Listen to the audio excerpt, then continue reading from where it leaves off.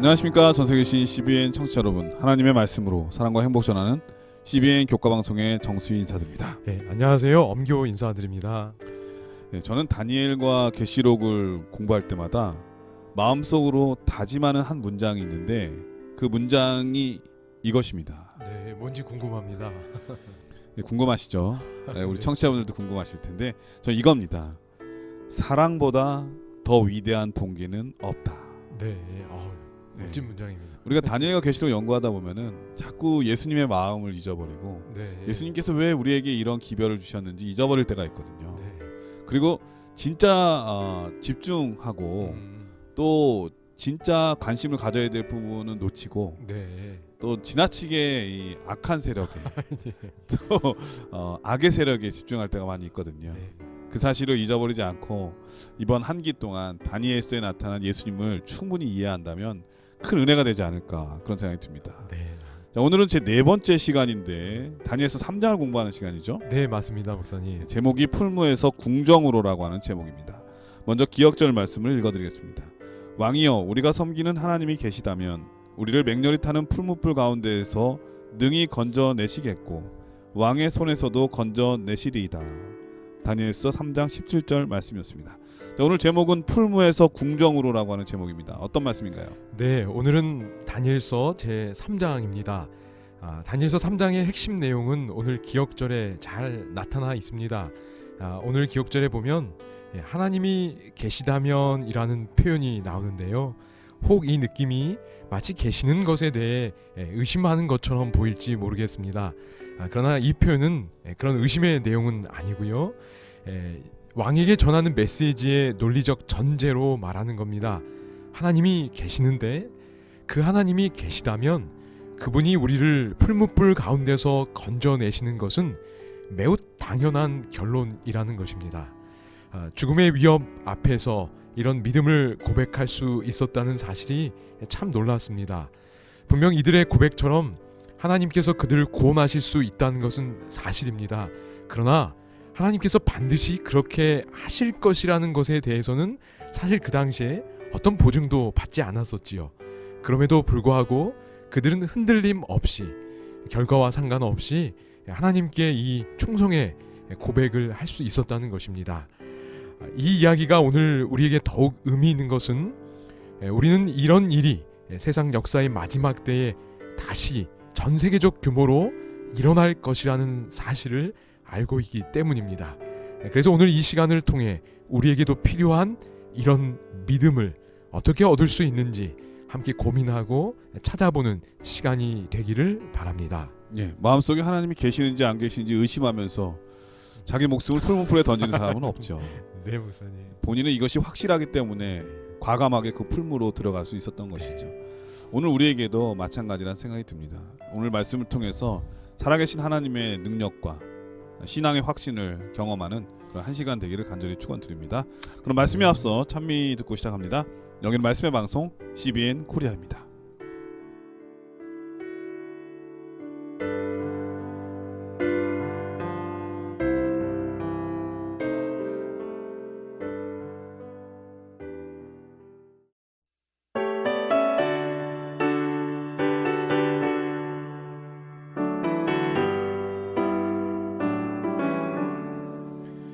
예수로 나의 구주 삼고 성령과 피로써 거듭나리. 뜬 세상에서 내 영혼이 하늘의 영광 누리도다. 이것은 나의 간증이요 이것은 나의 찬송일세. 나 사는 동안 그침없이 구주를 찬송하리로다. 예, 참이 잘 들었습니다. 1월 소지는 금신상이라고 하는 제목입니다. 어떤 말씀인가요? 네, 다니엘 3장 1절 말씀 먼저 보겠습니다. 느부갓네살 왕이 금으로 신상을 만들었으니 바벨론 지방의 두라 평지에 세웠더라. 네, 여기 보면 이제 금신상을 세웠다는 내용이 나옵니다. 다니엘서 2장에서 느부갓네살 왕은 왕은 곧 금머리니다라는 해석을 들었습니다.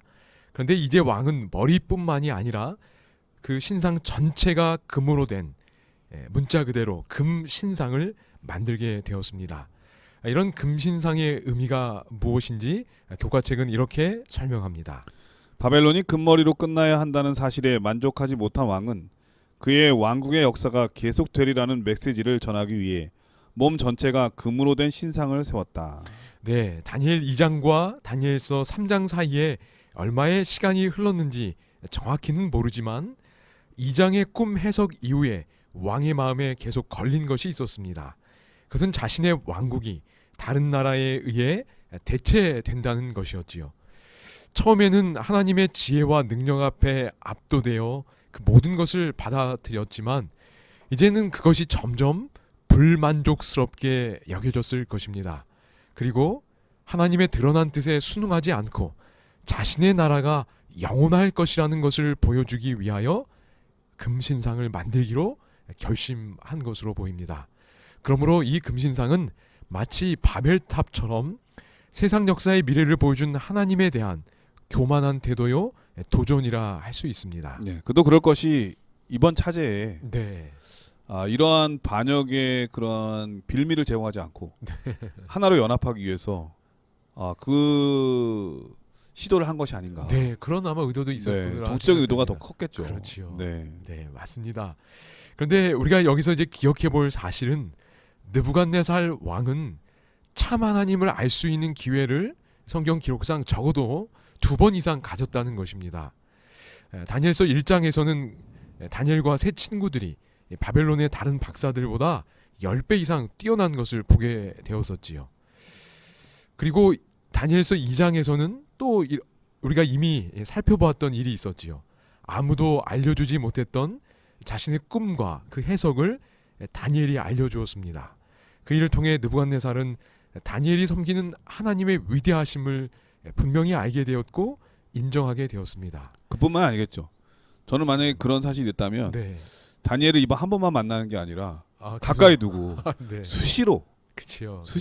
이 하나님의 탁월한 네. 이 다니엘의 조언을 듣기 위해서 노력하지 않았을까.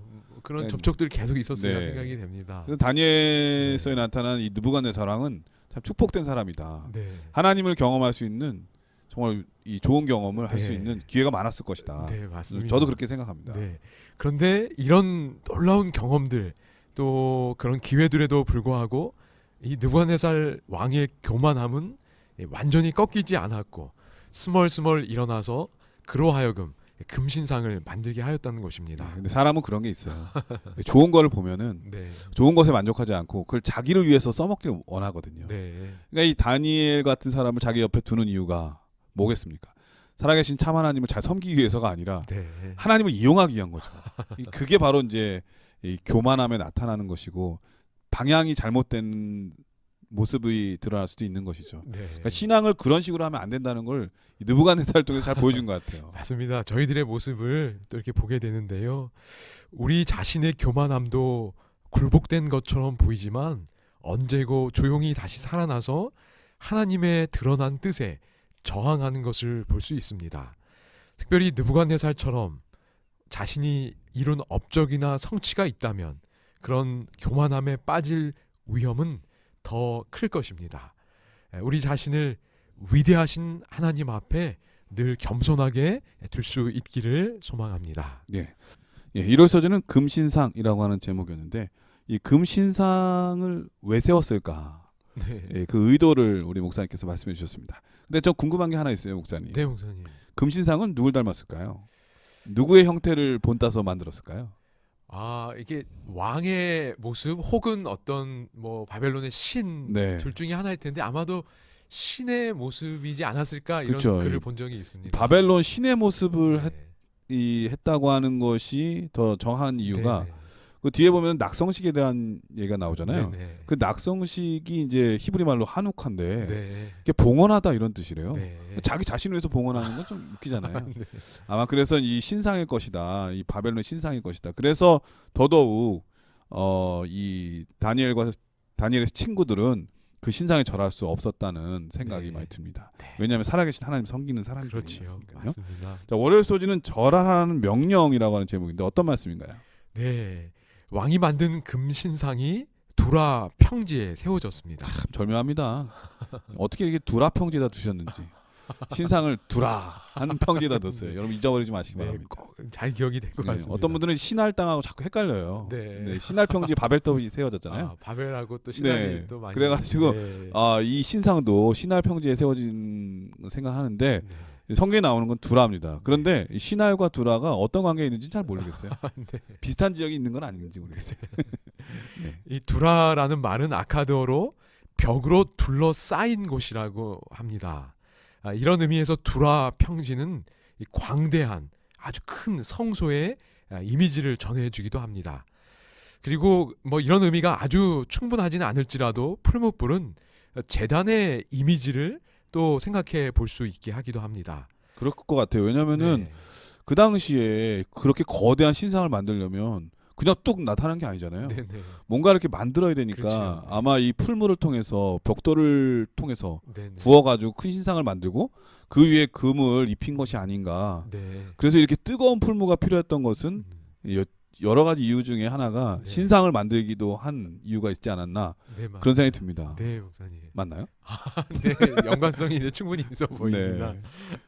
네, 그리고 또한 여기 보면 음악이 그 의식의 일부였던 것을 보게 되는데요. 특별히 7개 정도의 악기가 열거되면서 그 의식이 예배 의식이 얼마나 장엄하고 완전했는지에 대해 또 짐작할 수 있게 합니다. 이런 것들이 하나의 예배 의식이었다는 것입니다. 이제 드디어 인간의 교만함으로 세워진 우상에게 절하라는 명령이 내립니다. 다니엘서 3장 5절로 6절입니다. 너희는 나팔과 피리와 수금과 사명금과 양금과 생황과 모든 악기 소리를 들을 때에 엎드려 느부갓네살 왕이 세운 금 신상에게 절하라. 누구든지 엎드려 절하지 아니하는 자는 즉시 맹렬히 타는 풀무불에 던져 넣으리라 하였더라. 이 절하라. 그렇지 않으면 죽이겠다. 이게 바로 용의 정신입니다. 강요하고 말을 듣지 않으면 핍박하고 심지어 죽이는 일. 이것이 용의 정신이요. 그 용을 닮은 짐승의 모습입니다. 네, 참된 경배는 강요해서 이루어질 수 그럼. 없거든요. 네. 하나님께서는 사람에게 생각할 수 있는 능력과 또 자유롭게 판단하고 선택할 수 있는 능력을 주셨는데 그것을 무시하거나 상실하게 함으로써 사람을 짐승의 수준으로 떨어지게 만드는 것입니다. 이것이 바로 짐승의 정신이고 모습입니다. 성경은 세상 역사의 마지막 때에 이런 일이 전 세계적 규모로 있을 것이라고 말합니다. 계시록이 이걸 잘 보여주는데요. 계시록 13장 15절 말씀입니다. 짐승의 우상에게 경배하지 아니하는 자는 몇이든지 다 죽이게 하더라. 여기 역시 짐승의 우상에게 경배하지 않으면 다 죽인다고 말합니다. 같은 일이 일어날 것을 성경의 마지막 책인 요한계시록이 우리에게 보여주고 있습니다. 그래서 교과책은 이렇게 또 설명합니다. 느부갓네살이 세운 신상은 마지막 때의 종말론적인 바벨론이 행할 일에 대한 예표에 불과했다. 네, 그러니까 다니엘 3장을 통해서 마지막 때에 이런 일이 있겠구나라고 우리가 생각할 수 있다는 것입니다. 느부갓네살이 교만함으로 하나님의 뜻을 거역하며 신상을 세우고 거짓 예배를 강요했던 것과 마찬가지로 마지막 때에 인간의 교만함으로 창조주 하나님을 대적하는 이 종말론적 바벨론 세력이 짐승의 우상을 세우고 전 세계 사람들을 대상으로 강제로 절하게 하는 일이 있다는 것입니다. 우리는 성경의 이 분명한 경고에 대하여 더욱 주의를 기울이고 말씀을 더 깊이 살피며 우리의 연약함을 잘 이겨내고 승리할 수 있도록 하나님께 더욱 겸손히 기도하는 사람들이 되어야 할 것입니다. 우리는 베드로 이야기를 기억합니다. 예수님께서 잡히시던 날 베드로에게 말씀하셨지요. 바로 그날 밤 내가 나를 3번 부인할 것이라고 말이지요. 그때 베드로는 내가 주와 함께 죽을지언정 주를 부인하지 않겠나이다라고 말했습니다. 그 말은 진심이었을 것입니다. 그러나 자기 과신이었습니다. 오늘 우리도 이런 후에 빠지지 않도록 해야 할 텐데요. 시대의 소망은 이렇게 기록합니다. 베드로가 오기나 죽는 데까지도 주를 따르겠다고 말했을 때 그 모든 말을 진심으로 한 것은 사실이었지만 그는 자기 자신을 알지 못하였다. 구주께서는 그리스도에 대한 그의 사랑까지라도 억눌러 버릴 이기주의와 철면피함이 베드로에게 있는 것을 보셨다. 베드로가 겸손히 경고를 받아들였다면 그는 양무리의 목자에게 당신의 양을 지키시도록 간청했을 것이다. 네, 그 경고를 받아들였다면 자신을 지켜주도록 간청했을 것이라고 말하고, 그렇다면 그런 슬픈 일은 일어나지 않았을 것이라고 시대 소망엔 기록되어 있습니다. 성경은 우리에게 분명 경고하고 있습니다. 오늘 우리 역시 이런 베드로의 경험도 살피면서 자기 과신을 버리고 우리를 정확하게 아시는 하나님께 우리의 모습을, 우리의 연약함을 보여달라고, 그리고 고쳐달라고, 또 우리를 지켜달라고 더 간절히 기도하는 삶을 하루하루 살아가야 할 것입니다. 그럴 때 우리도 그분의 능력으로 이 새 친구들처럼 아름다운 또 멋진 승리를 경험할 수 있으리라 생각합니다. 예. 월요일 소지는 절하라는 명령이라고 하는 제목인데 미래에 종말론적인 사건이 있을 때 꼭 이러한 똑같은 일이 일어나라는 것은 아니죠. 어떻게 어떠한 모습으로 짐승에게 경배를 그렇지요. 강요할지는 잘 모르겠어요. 네. 하지만 나는 절대 그럴 일이 없어라고 하는 과신을 하지 말라. 네네. 왜냐하면 사람은 그게 진심이라 할지라도 자기 자신을 잘 모를 때가 있으니까요. 그렇기 때문에 지금부터 기도하면서 준비해야 된다. 네네. 이런 말씀인 것 같습니다. 사실 다니엘의 친구들이 과신하면서 들어간 건 아니었잖아요. 네. 그리 아니하실지라도 라는 네네. 생각을 갖고 들어갔기 때문에 우리도 이러한 마음가짐으로 잘 그때를 위해서 준비해야 되겠다 이런 생각이 듭니다. 화요일 소지는 불시험이라고 하는 제목인데요. 어떤 말씀인가요? 네, 지금 우리는 다니엘서 3장을 함께 공부하고 있습니다. 여러분, 다니엘서 3장의 핵심 포인트는 어디에 있을까요? 얼핏 보면 풀무불에서 구원받은 일이 가장 주목받는 내용처럼 보이기도 합니다. 저는 어렸을 때 이 네. 성경 이야기 들을 때 야, 진짜 그러면 그렇지. 네. 하나님이 그를 그렇게 따르는 그의 친구들을, 다니엘의 네, 네. 친구들을 그렇게 외면하시지 않을 거야. 네. 근데 그렇게 이루어진 걸 보고 너무 기분이 좋았죠. 그렇죠. 네. 맞습니다. 그런데 사실 다니엘서 3장의 주된 포인트는 그 구원받은 사건에 있지 않습니다. 아, 그렇습니까? 네, 뭐 그것도 감동이 되지만 어쨌든 네네. 의도상 또 다른 부분이 있습니다. 어떤 건가요? 네, 그걸 좀 이제 볼 텐데요.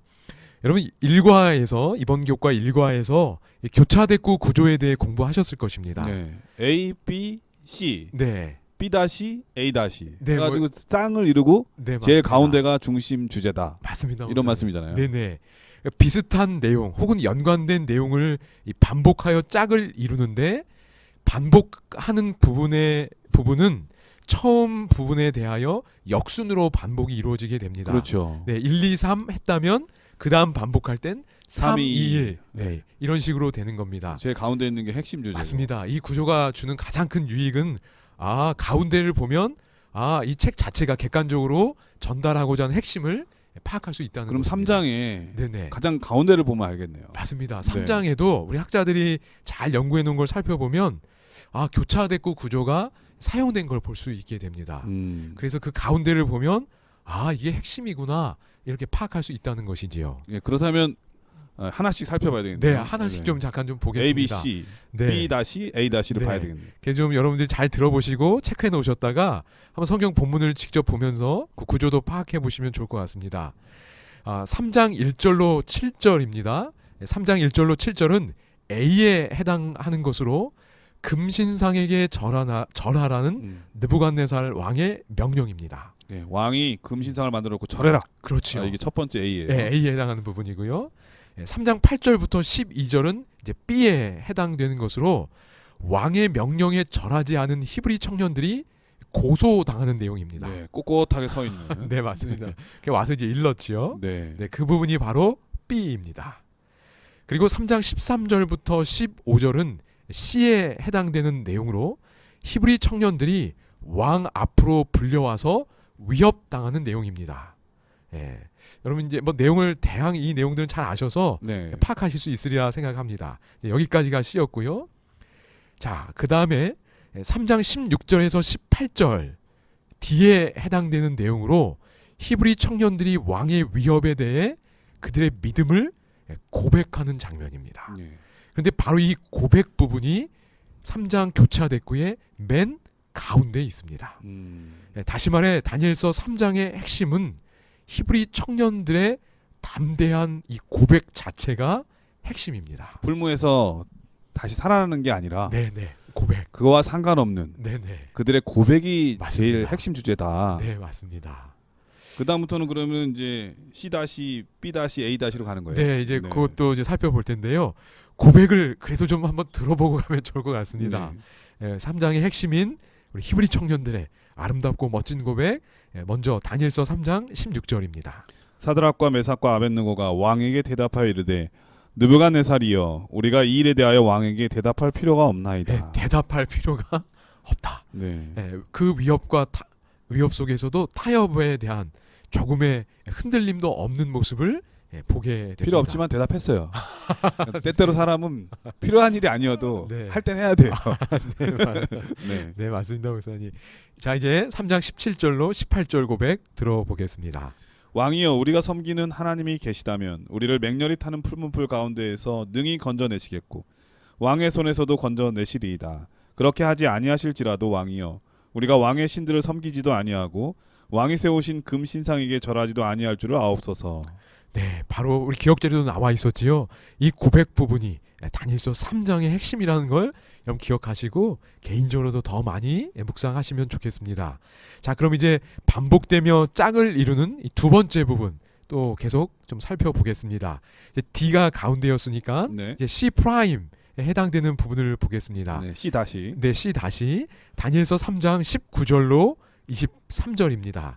아까 C 부분은 히브리 청년들이 이 느부갓네살 왕에게 위협당하는 내용이었는데요. 네.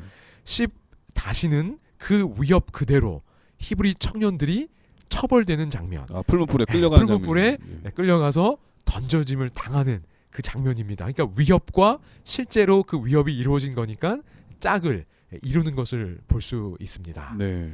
자, 그 다음은 3장 24절에서 27절입니다. B 다시에 해당되는 내용인데요. 앞선 B에서는 히브리 청년들이 고소당했죠. 그렇죠. 고소당하는 내용이었는데 자, 여기서 이제 어떤 내용이었냐면 하나님이 개입하셨습니다. 그래서 이제 고발 대신에 옹호되는 장면입니다. 이제 고소된 게 옹호되는. 옹호되는. 이제 대조를 이루는. 맞습니다. 그러니까 짝을 이루는 것으로 우리는 봅니다. 이런 걸 보기만 해도 너무 신이 나고 행복합니다. 네. 우리도 이런 경험 우리의 일상생활 속에서도 또 앞으로 종말론적으로도 그렇게 하게 될 텐데요. 그런 장면들을 또 볼 수 있고요. 이제 마지막 A 다시는 3장 28절에서 30절까지. A는 왕의 명령이었잖아요. 절하라는. 그렇습니다. 근데 왕의 또 다른 명령이 여기 내립니다. 어떤 명령이 어떤 있나요? 명령이었지요? 이제 하나님을 만났지요.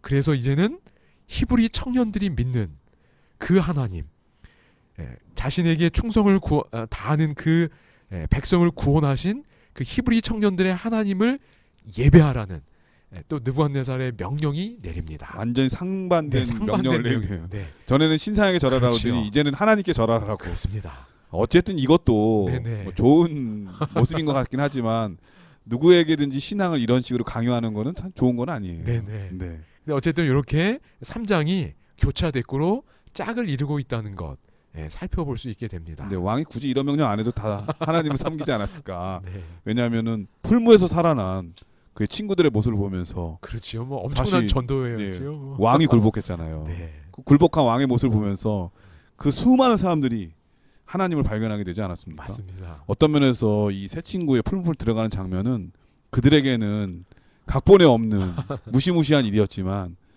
하나님께서는 그 모든 사람들을 구원하기 위한 구원의 메시지를 펼치시는 맞습니다. 전도회가 된 것 같아요. 맞습니다. 우리 하나님 네. 참 멋지고 그렇게 협력할 수 있었던 그 세 친구가 네. 정말 너무 존귀하게 보입니다. 여러분 오늘 화요일 내 교과 제목이 불시험이었는데요. 다니엘 3장의 핵심은 이 불시험을 당했을 때 이루어진 신앙 고백에 있음을 기억하고 우리도 매일의 크고 작은 시험 속에서 하나님을 향한 우리의 굳센 믿음과 사랑과 충성의 마음을 고백할 수 있으면 좋겠습니다. 예, 화요일 소지는 불시험이었는데 이 불시험으로 인해서 그의 세 친구들은 굴복하도록 엎드려지도록 절하도록 강요를 받았지만 네, 그렇게 하지 않았을 때에 맞습니다. 도리어 그 신상에 절하려고 했던 모든 사람들 그리고 왕까지도 네, 하나님 앞에 굴복하는 모습을 보게 되거든요. 그렇지요. 네, 우리가 올바른 신앙을 한다면 네, 수많은 강요라든지 억압이라든지 핍박이 있을지도 모르지만 그것을 올바르게 믿음대로 산다면 결국은 네. 그들이 하나님 앞에 굴복하게 된다고 하는 맞습니다. 사실을 오늘 우리에게 알려주는 것 같습니다. 네. 결국 힘에 의해서 굴복당하지 말아라. 네, 믿음대로 살라고 하는 것을 말씀해 주고 계신 것 같습니다. 자, 그럼 여기서 찬미 한 곡 들으신 다음에 계속해서 수요일 목요일 소지를 공부하도록 하겠습니다. 여기는 말씀의 방송 CBN 코리아입니다.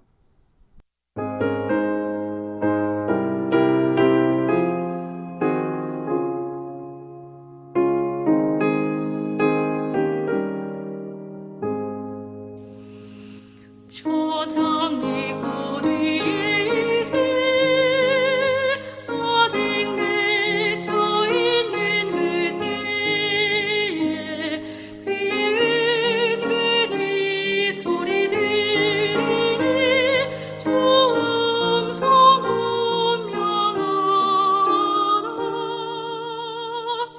주가 나와 오늘도 내가 시여 나를 짓고 삼으셨네 우리 서로 받은 그 기쁨을 알 사람이 없도다.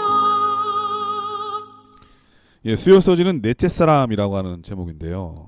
이 넷째 사람은 누군가요? 네, 함께 좀 보겠습니다. 금신상에게 절하기를 거절했던 세 히브리 청년들이 이제 풀무불에 던져졌습니다. 그런데 어떤 일이 일어났었나요? 왕이 매우 놀라고 당황했지요. 풀무에서 고통스럽게 죽어갈 것을 당연히 기대했는데 이게 웬일인가요? 아무렇지도 않게 불 가운데 걸어 다니는 것입니다. 예, 사실 이 친구들을 집어넣으려고 했던 네, 그 구인도 죽었잖아요. 그렇지요. 얼마나 뜨거우면. 글쎄 말입니다. 그러면 닿자마자 네. 그냥 이 풀 녹듯이 네, 타버리듯이 네, 없어져야 되는데 네, 오히려 한 사람이 더 늘어난 거죠. 맞습니다. 야, 이게 그게 정말 놀라운 더 일이죠. 놀라게 했지요. 그 불 속에 목사님 언급하신 것처럼 네 번째 사람이 있었던 겁니다. 왕의 말을 직접 한번 들어보겠습니다. 다니엘서 3장 25절입니다. 왕이 또 말하여 이르되 내가 보니 결박되지 아니한 네 사람이 불 가운데로 다니는데 상하지도 아니하였고 넷째의 모양은 신들의 아들과 같도다 하고. 네, 전혀 생각지 못했던 넷째가 나타났는데 여기 왕은 그 모습에 대하여 신들의 아들과 같다고 했습니다. 왕은 더 많은 사실을 이 당시 알지 못했지만 우리는 이분이 누구인지 압니다. 바로 우리와 함께 계시는 임마누엘의 하나님 예수 그리스도입니다. 선지자왕 508, 509페이지에 있는 기록입니다. 여호와께서는 당신의 백성을 잊지 않으셨다. 당신의 증인들이 풀무에 던져졌을 때에 구주께서는 몸소 그들에게 나타나셨고 그들과 함께 불 가운데 거니셨다. 열과 냉을 중환하시는 여호와 앞에서는 불꽃이 그 태우는 능력을 상실하였다. 네, 참 놀라운 은혜가 이들에게 주어졌습니다. 네. 이것은 이사야 43장 2절에 기록된 약속의 성취이기도 합니다. 이사야 43장 2절 말씀입니다. 내가 물 가운데로 지날 때에 내가 너와 함께 할 것이라. 강을 건널 때에 물이 너를 침몰하지 못할 것이며 내가 불 가운데로 지날 때에 타지도 아니할 것이요 불꽃이 너를 사르지도 못하리니. 네, 이 놀라운 약속의 성취인데요. 우리는 이런 구원의 이야기에 감동받으며 이야기를 참 좋아합니다. 그러나 한편 우리 마음속에서 이런 기적적인 구원을 받지 못한 사람들에 대한 질문이 떠오르기도 합니다. 분명 다니엘 3장의 이야기는 기적적인 구원에 대한 감동과 확신을 주지만 이런 일이 일어나지 않을 때도 있기 때문입니다. 예를 들어 가장 위대한 선지자 중에 한 사람이라고 인정되는 침례 요한 같은 경우도 그렇습니다. 세상 사람의 눈으로 보면 그는 참 허무하게 죽은 것처럼 보이지요. 그러나 여러분 기억하시기 바랍니다. 하나님께서는 그를 참으로 존귀하게 보셨습니다. 시대소망 225페이지에 있는 기록입니다. 하늘로 옮겨간 에녹이나 불병거를 타고 승천한 엘리야일지라도 결코 옥중에서 외롭게 죽은 침례 요한보다 더 위대하거나 영예를 더 많이 받지는 않았다. 하늘이 사람에게 줄 수 있는 모든 선물 중에서 그리스도와 더불어 그분의 고난에 동참하는 것이 가장 가치 있는 신임이요 가장 높은 영예인 것이다. 네, 여기 기록된 말씀처럼 그리스도와 더불어 고난에 동참하는 것, 이것이 하늘이 주는 선물이요 가장 가치 있는 신임이요 가장 높은 영예라고 했습니다. 네, 그러고 보니까 이 세 친구가 풀목 가운데 있을 때 네, 예수께서 거기 네 계셨잖아요. 맞습니다. 그러니까 이들은 고난에 예수님과 함께 동참한 거예요. 함께한 거죠. 맞습니다. 네, 근데 그게 되게 아플 줄 알았더니 네, 예수님과 함께했더니 전혀 고통을 느끼지 않는, 네, 가장 어떤 면에서 그게 영광이 되는 네 맞습니다. 행복한 흔적이 되는 거죠. 신앙의 흔적이. 네, 아, 정말 멋있네요. 네.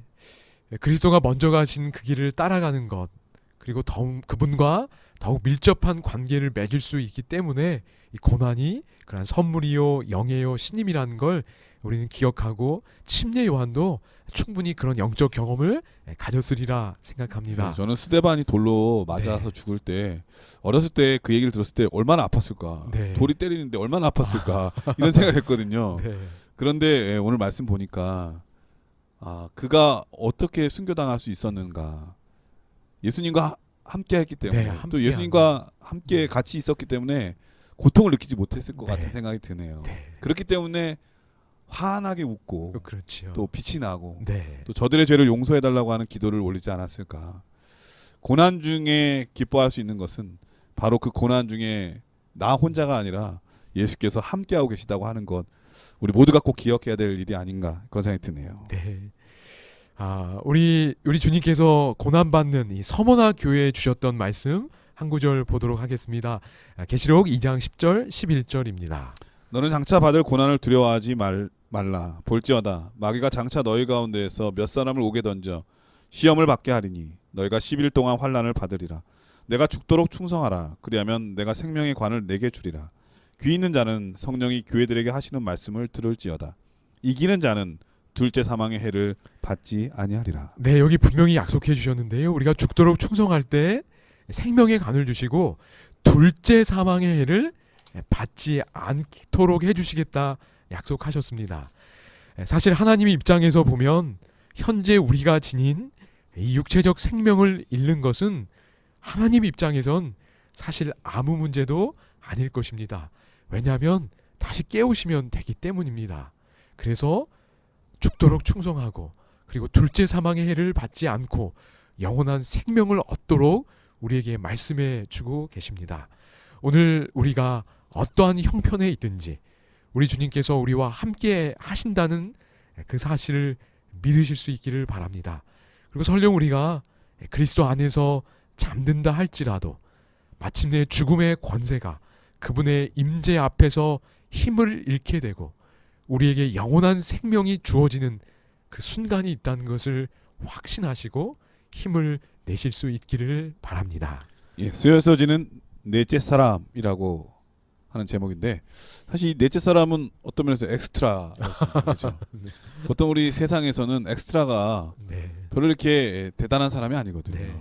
그런데 우리 믿는 사람에게는 그 엑스트라 때문에 삶의 희망이 되고 네. 용기가 되고 격려가 되고 또 위로가 되는 거 아니겠습니까? 네, 맞습니다. 눈에 보이지 않는 그 엑스트라 특별하신 분, 네. 그분이 우리 곁에 늘 계시다고 하는 것 여러분들이 꼭 기억하신다면 세상을 살아갈 이유가 되고 또 힘이 되고 또 웃을 수 있지 않을까 그런 생각이 듭니다. 아멘. 목요소지는 그 같은 믿음의 비결이라고 하는 제목인데요. 어떤 말씀인가요? 네, 3장의 이야기는 풀무불에서 구원받는 것 그 자체에 사실 포인트가 있지는 않고 목숨을 잃는다 할지라도 하나님께 충성하기로 선택한 그 놀라운 용기와 고백, 바로 여기에 3장의 초점이 있다고 말씀드렸습니다. 화요소지에 말씀하셨죠. 네, 그러므로 우리는 자연스럽게 목요일 교과의 제목처럼 질문하게 됩니다. 그 같은 믿음의 비결, 바로 그 비결이 무엇이냐고 우리는 묻지 않을 수 없는 것이지요. 어떻게 하면 그런 믿음을 지닐 수 있을까요? 여러분도 개인적으로 또 여기 더 많이 생각하시고 또 교회에서나 어떤 그룹에서 함께 이야기를 나눠보시면 좋겠습니다. 저도 오늘 한두 가지를 좀 말씀을 나누고 싶은데요. 3장의 이야기에서 주목할 가치가 있는 몇 가지 사실이 있습니다. 그 중에 하나는 3장에서 다니엘의 세 친구들의 이름은 한결같이 사드락, 메삭, 아벳느고로 나옵니다. 한글 성경을 기준으로 제가 세보니까 한 13번 정도 사드락, 메삭, 아벳느고라는 이름이 다니엘서 3장에 나옵니다. 예, 이거 다 바뀐 이름이잖아요. 네, 맞습니다. 13번 한결같이 모두 다 바벨론식 이름인 사드락, 메삭, 아벳느고입니다. 포로로 잡혀왔을 때 히브리 정체성을 상실하고 바벨론화 되도록 지어진 이름이었지요. 예, 싹 바꾸기를 원했는데 네. 또 그의 친구들도 바뀌길 원했는데 근데 그래서 굴복하길 바랬는데 절하지도 않고 네, 오히려 아니라는 겁니다. 오히려 네. 바꿔놓고 민망하게 본인들이 절하고 있잖아요. 하나님 앞에. 네. 역전하시는 하나님이세요. 네. 근데 다니엘 3장의 이 이야기는 그들이 본래 지녔던 히브리식 이름에 맞게 생각하고 행동하고 반응한 것을 볼 수 있습니다. 하나냐? 하나님은 은혜로우시다. 미사엘, 누가 하나님과 같으냐? 아사랴, 여호와께서 도우신다. 이들은 어떤 형편 속에서도 자신들의 이 정체성을 지킨 것을 보게 됩니다. 그들은 비록 이방 땅에 이 포로로 잡혀와 있었지만 그들의 이름에 담긴 그 하나님을 여전히 믿고 여전히 신뢰하며 지냈다는 것입니다. 그러기에 그 위기의 순간에도 그 믿음과 그 절대적 신뢰가 흔들리지 않을 수 있었습니다. 이 본 교과의 저자는 이들이 지녔던 이 믿음의 이 비결에 대해 이렇게 설명합니다.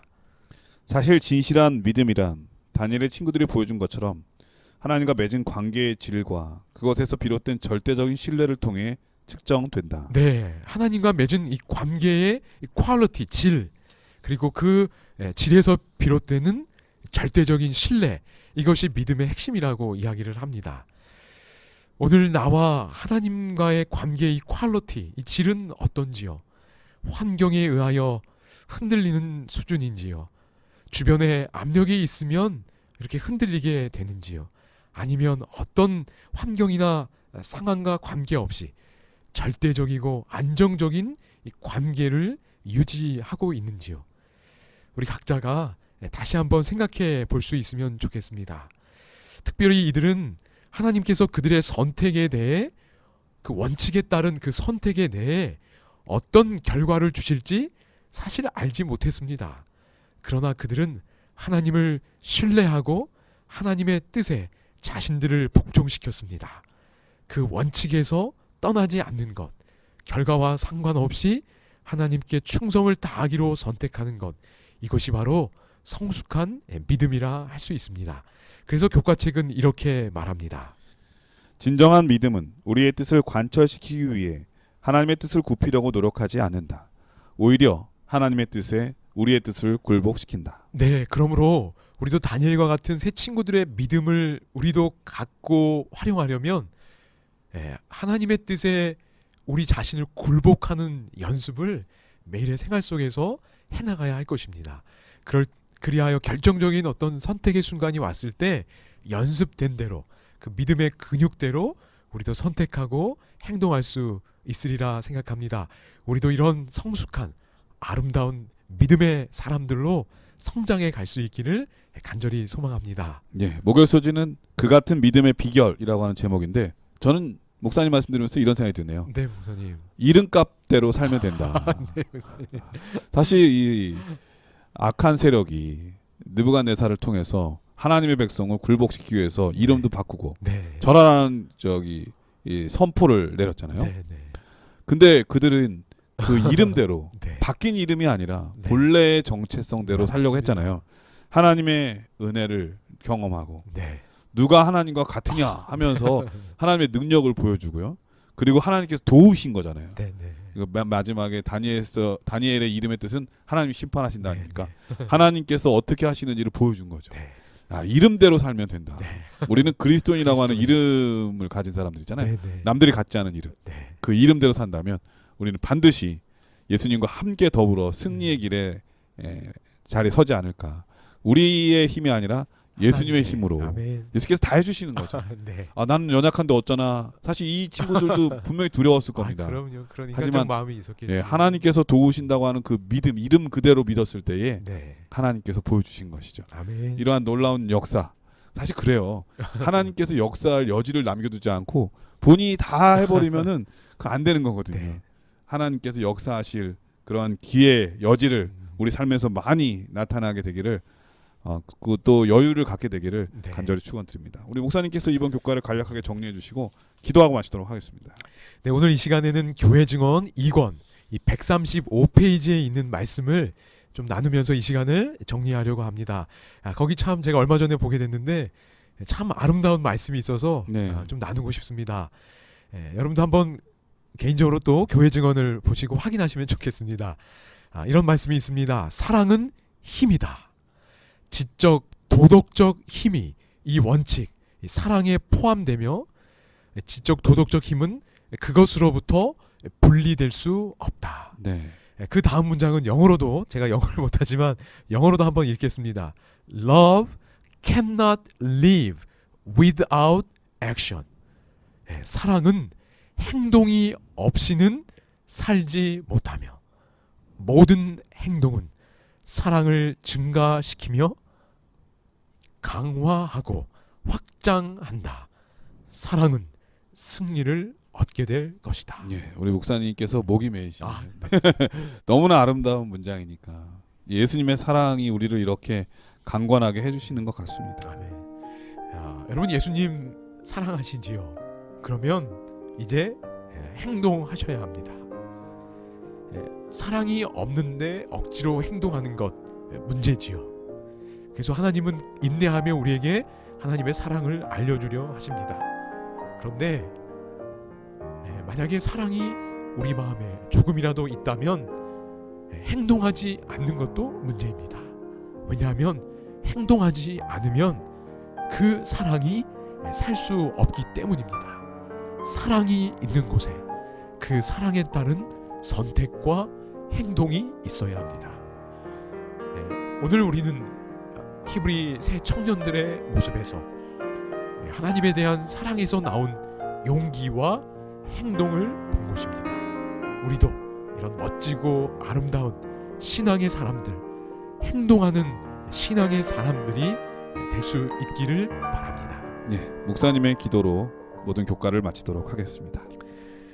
살아계신 하나님, 오늘 다니엘서 3장을 통해서 하나님이 우리에게 원하시는 그 아름다운 모습을 보여주셔서 감사합니다. 아멘. 그리고 오늘 우리도 이런 사람이 되도록 강건하시고 감동을 주셔서 하나님 감사합니다. 아멘. 우리 스스로는 이렇게 될 수 없지만 우리가 성령의 감동에 순종하고 우리 자신을 하나님께 굴복하고 믿음으로 맡길 때 우리도 이렇게 변화되어 갈 수 있음을 하나님 믿습니다. 아멘. 우리 안에 역사하셔서 이 성장이 올 한 해 계속해서 이루어지도록 도와주시고 우리 안에 주신 예수님을 향한 사랑과 믿음을 따라 우리도 일상의 생활 속에서 하나님을 선택하도록 하나님이 우리의 마음속에 심어주신 그 사랑의 원칙을 선택하도록 우리 하나님 도와주옵소서.